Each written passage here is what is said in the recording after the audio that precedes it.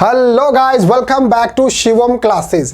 अगर आपको अपनी क्लास की सभी प्रकार के नोट्स, वीडियोस, प्रीवियस ईयर के पेपर्स, एनटीआर से सॉल्यूशंस सब कुछ अगर फ्री में चाहिए तो अभी प्ले स्टोर से डाउनलोड कर लीजिए शिवम क्लासेस ऐप और फ्री में सब कुछ एंजॉय कीजिए। आज हम जो बात करेंगे वो बात करेंगे अपना अगला टॉपिक, चाल और वेग। ये तो हम यहाँ से तो स्टार्ट करेंगे, लेकिन हम अपना पूरा जो चैप्टर है उसको हम यहाँ पर डिस्कस करने वाले हैं। तो चलिए शुरू करते हैं। सबसे पहले बात आती है कि असमान गति। इससे पहले वाले जो टॉपिक है वो हमने प्रीवियस जो वीडियो लेक्चर है उसके अंदर हमने बता दिया है, वो आप लिस्ट में जाकर चेक कर सकते हैं। अब हम बात करेंगे कि एक समान जो गति होती है वो क्या होती है। देखिए, अगर कोई निश्चित समय अंतराल है, क्या है? निश्चित समय अंतराल। अगर कोई निश्चित समय अंतराल है और उनके अंदर जो तय की गई जो दूरी है, उनके अंदर जो तय की गई जो दूरी है वो भी अगर सेम होगी, कहने का मतलब ये हो गया कि अगर कोई निश्चित, जैसे मान लीजिए कि 5 सेकंड है, 5 सेकंड के अंदर कोई वस्तु 15 मीटर चल रही है, उससे अगले जो 5 सेकंड है उसके अंदर भी अगर ये 15 मीटर चलेगी, तो इसका मतलब क्या हो गया? समान समय अंतराल। और इसके द्वारा जो तय की गई जो दूरी है वो भी अगर समान होती है तो इस प्रकार को हम क्या बोलते हैं? एक समान गति। यानी कि एक समान समय के अंदर जो वस्तु है वो एक समान दूरी को तय कर रही है, इसलिए उसको बोला जाता है एक समान गति। तो पढ़ लेते हैं कि अपने डेफिनेशन जो नोट्स है उसमें क्या लिख रखा है। जब कोई वस्तु समान समय अंतराल में समान दूरी तय करती है तो उसकी गति को एक समान गति कहा जाता है। अब बात आती है असमान गति क्या होती है। ये इसके बिल्कुल विपरीत होता है। समय अंतराल तो सेम होगा, लेकिन जो उसके द्वारा जो तय की गई दूरी है वो अलग अलग होगी। कैसे, वो समझ लीजिए। जैसे कोई वस्तु पहले 5 सेकंड के अंदर 15 मीटर चल रही है, फिर अगले 5 सेकंड के अंदर वो क्या कर रही है कि 20 मीटर चल रही है, फिर अगले 5 सेकंड के अंदर वो 10 मीटर चल रही है। तो हुआ क्या? समय अंतराल तो हमने यहां पे समान लिया, लेकिन उसके द्वारा जो तय की गई दूरी थी वो क्या है? अलग अलग है। तो इसका मतलब उसका जो गति है वो क्या हुआ? असमान। इसी को हम क्या बोलते हैं? असमान गति। तो परिभाषा देख लेते हैं। जब कोई वस्तु समान समय अंतराल में असमान दूरी तय करती है तो इस प्रकार की गति को क्या कहा जाता है? असमान गति। अब अपना इंपॉर्टेंट टॉपिक आता है चाल। चाल किसको कहते हैं? यानी कि स्पीड की डेफिनेशन क्या होती है? तो किसी भी वस्तु द्वारा एक इकाई समय के अंदर जो तय की गई दूरी होती है उसी को हम क्या बोलते हैं? चाल। चाल का फॉर्मूला क्या होता है? दूरी भाग समय। अगर हम इस समय को क्या कर दे? इकाई कर दे, कहने का मतलब 1 मान ले, तो चाल बराबर क्या हो जाएगा? यहां पे समझिए आप। जैसे चाल का फॉर्मूला क्या होता है? दूरी भाग समय। अगर हम इस समय को 1 कर दें, इसका मतलब क्या है? ये इकाई। अगर हम इसको 1 इकाई मान ले तो जो चाल है वो किसके बराबर हो जाएगी? दूरी के बराबर। यही तो हमने परिभाषा में लिखा कि चाल की परिभाषा क्या है? इकाई समय के अंदर, इकाई समय, जो हमने समय क्या मान लिया? इकाई, यानी कि 1 मान लिया। इकाई समय में जो तय की गई जो दूरी है वही किसके बराबर होगी? चाल के बराबर। तय की गई दूरी क्या होती है? चाल होती है। यही क्या है? चाल की परिभाषा, यानी कि स्पीड की डेफिनेशन। इकाई समय में तय की गई जो दूरी होती है उसी को हम क्या बोलते हैं? चाल कहते हैं। परिभाषा देखिए, किसी वस्तु द्वारा इकाई समय में तय की गई दूरी को चाल कहते हैं। चाल का मात्रक मीटर प्रति सेकंड होता है। हमने अभी यहाँ पे बात की ना कि चाल का फॉर्मूला क्या होता है, दूरी भाग समय। इसको किस में लिखते हैं, मीटर में दूरी को, और समय को किस में लिखते हैं, सेकंड में।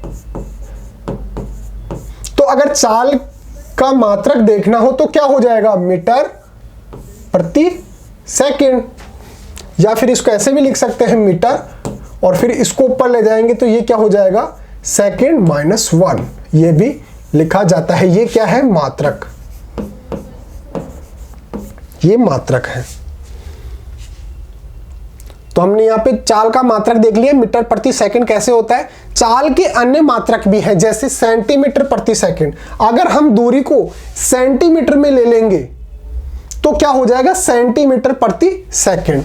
इसी प्रकार से अगर दूरी को किलोमीटर के अंदर ले लें और समय को घंटा यानी कि आवर के रूप में ले लें तो क्या हो जाएगा, किलोमीटर प्रति घंटा। चाल एक अदिश राशि होती है।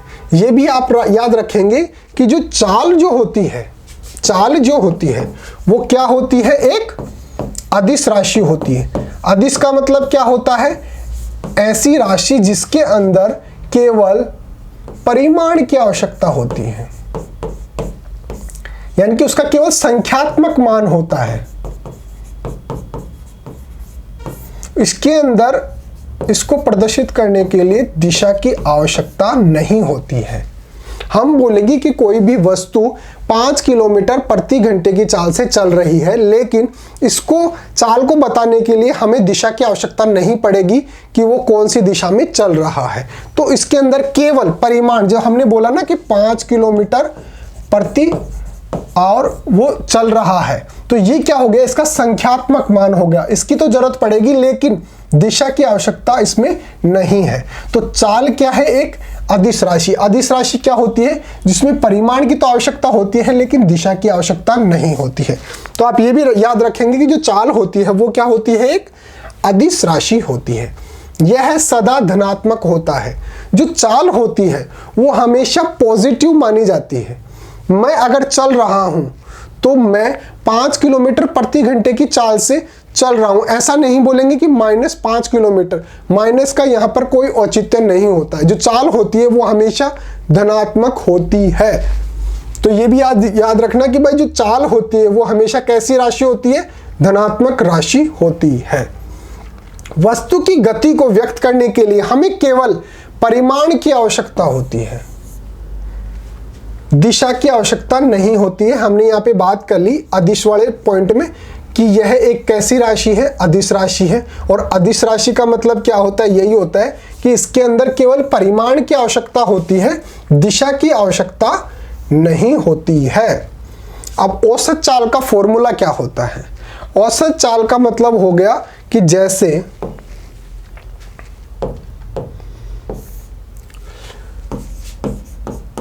औसत चाल क्या होती है, इसका मतलब पहले तो इसको फॉर्मूला देख लीजिए। कुल दूरी और इस दूरी को तय किए जाने में कुल समय कितना लगा,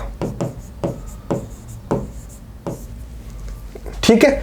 जैसे एक आवर के अंदर पहले कोई वस्तु 20 किलोमीटर चल रही है, फिर दूसरे आवर के अंदर वो वस्तु 25 किलोमीटर चल रही है, फिर तीसरे आवर के अंदर वो वस्तु कितना चल रही है, मान लेते हैं 15 किलोमीटर। अब अगर हमसे कोई पूछे कि इसकी औसत चाल क्या होगी,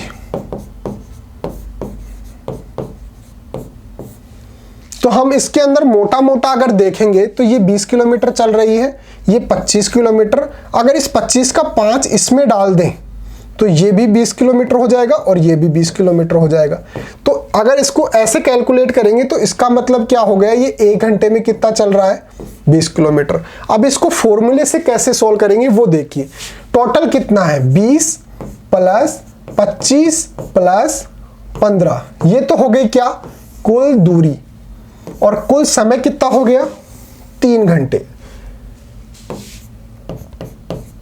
ये हो गया 60 भाग 3 यानी कि 20। 20 किलोमीटर प्रति घंटा। हमने अभी यहाँ पर जो मोटा मोटी कैलकुलेशन की ना जनरल नॉलेज के अकॉर्डिंग, वो यही तो थी 20 किलोमीटर प्रति घंटा, और हमने यहाँ पे फॉर्मूले में डालकर जब निकाला तो यही तो निकला 20 किलोमीटर प्रति आवर। तो इस प्रकार से जो औसत चाल होती है वो कुल दूरी कितने कुल समय के अंदर तय की गई है, उसी को हम बोलते हैं औसत चाल। परिभाषा देख लेते हैं। औसत चाल तय की गई कुल दूरी और भाग में कुल लिया गया समय। v is equal to S upon T. S क्या है? कुल दूरी। टी क्या है? समय, जितना उस दूरी को तय करने में लिया गया है। फिर अपना इंपॉर्टेंट टॉपिक आ जाता है वेलोसिटी, यानी कि वेग। जब कोई राशि किसी वस्तु की चाल में परिमाण के साथ साथ उसकी दिशा को भी व्यक्त करे तो उस चाल को हम क्या बोलते हैं? वेग। हमने अभी चाल में क्या बात की कि चाल जो होती है वो क्या होती है? एक अदिश राशि होती है, यानी कि इसको व्यक्त करने के लिए केवल परिमाण की आवश्यकता होती है, दिशा की आवश्यकता नहीं होती है।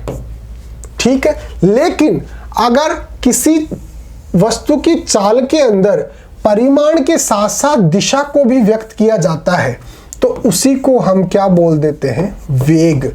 कहने का मतलब वेग के अंदर परिमाण और दिशा दोनों क्या होते हैं? जरूरी होते हैं। तो इससे हम एक निष्कर्ष और भी निकाल सकते हैं कि जो वेग होता है वो क्या होता है? एक प्रकार की सदिश राशि होता है। अगर किसी वस्तु के अंदर जो चाल होती है जिसके अंदर केवल परिमाण की आवश्यकता होती है, अगर उसके अंदर दिशा को भी व्यक्त कर दिया जाए तो उसको ही हम क्या बोलते हैं? वेग। तो वेग के अंदर कौन कौन सी चीजों की आवश्यकता होती है? एक तो उसका परिमाण, एक उसकी दिशा।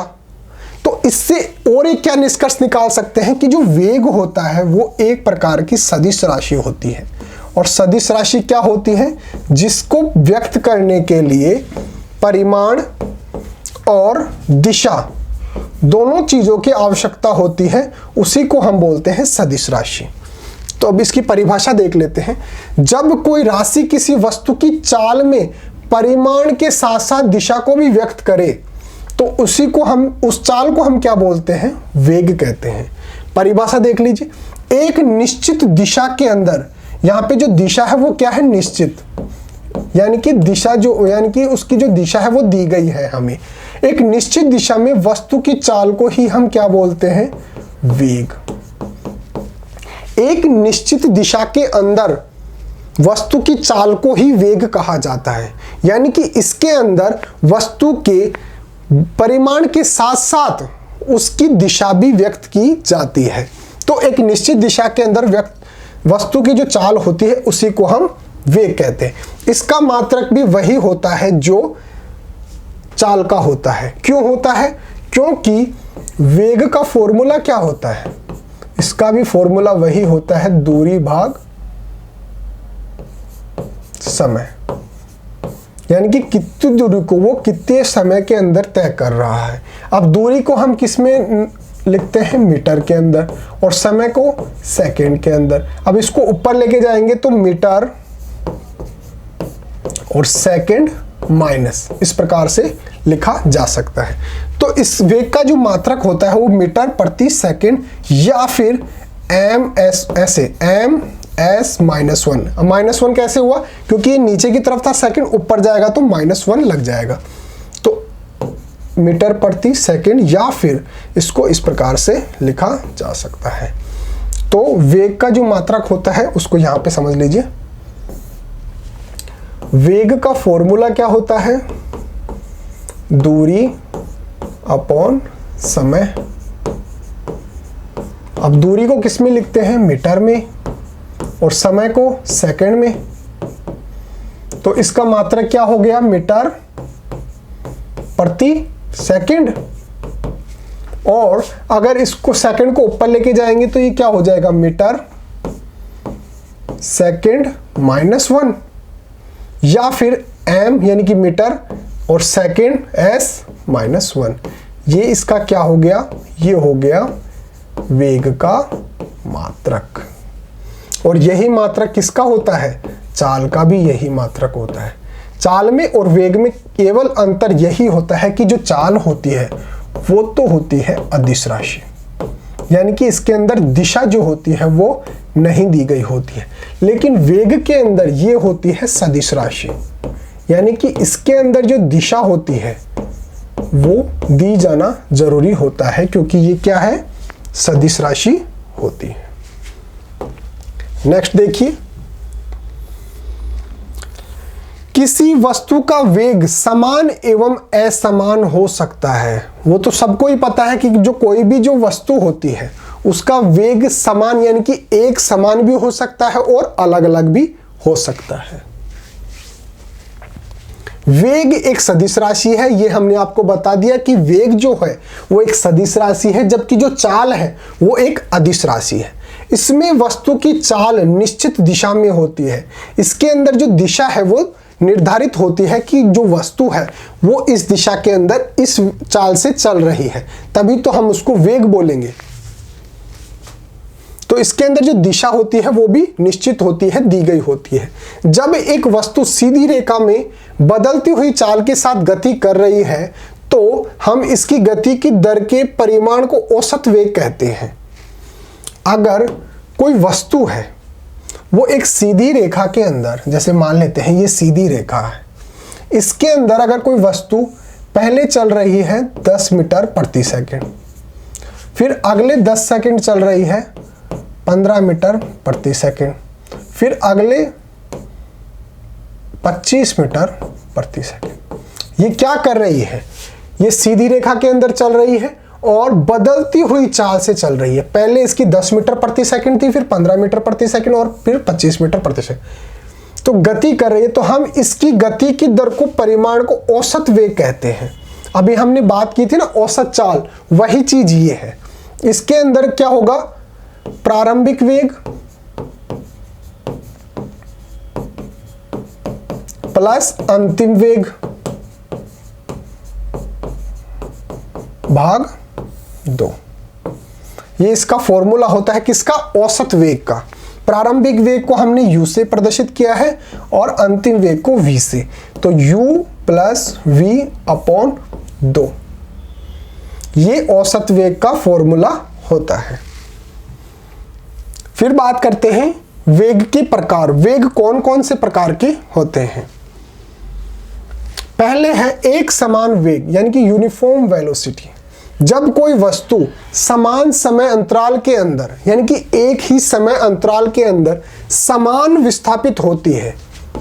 विस्थापित होने का मतलब क्या हो गया, जैसे एक समय अंतराल, जैसे 1 सेकंड के अंदर कोई वस्तु 1 मीटर विस्थापित हो रही है, फिर अगले 1 सेकंड के अंदर भी वो अगर 1 मीटर विस्थापित हो रही है, तो इसका मतलब समय अंतराल क्या है, समान है, और विस्थापन जो है उसका वो भी समान है। तो इस प्रकार का जो वेग होगा उसको हम क्या बोलते हैं, एक समान वेग। तो जब कोई वस्तु एक समान अंतराल के अंदर एक समान रूप से विस्थापित होती है तो वस्तु इस प्रकार के वेग को क्या बोलते हैं, एक समान वेग। समझ गए क्या होता है एक समान वेग। अगर एक समान अंतराल के अंदर, समान समय अंतराल के अंदर वो क्या कर रही है, समान विस्थापित हो रही है। वेग के अंदर हम विस्थापन की बात करेंगे और चाल के अंदर हम दूरी की बात करेंगे।